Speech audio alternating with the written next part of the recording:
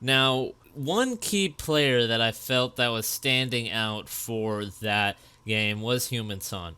Now, Tottenham have been, let's say, a very, very poor season for the expectations that people have of the team. And one thing I just want to say is how we set these expectations and then we highlight players and put too much pressure or too much criticism on them. Now, I think one player is Human Son. Now, there's of course a lot of people who support him and or believe that he's a great player, and there's some people that believe that he's not really a top class player.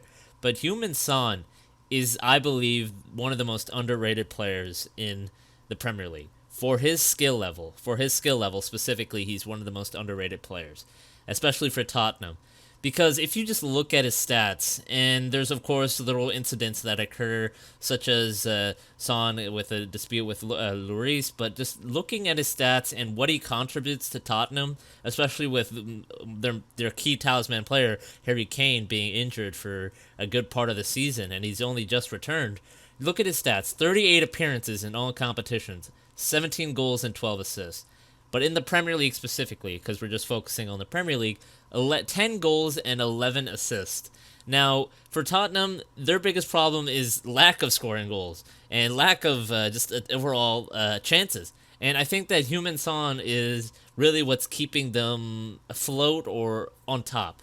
I mean, with them having so many injuries and just so many problems, I think that Human Son has been a fairly consistent factor.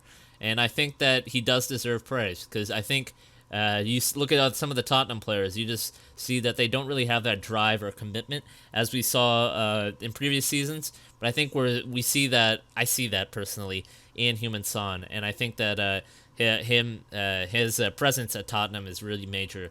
And I do really think that he's deeply underrated in the West specifically. Of course, he's a major craze in the East, specifically in Korea, with many Korean fans just absolutely adoring him.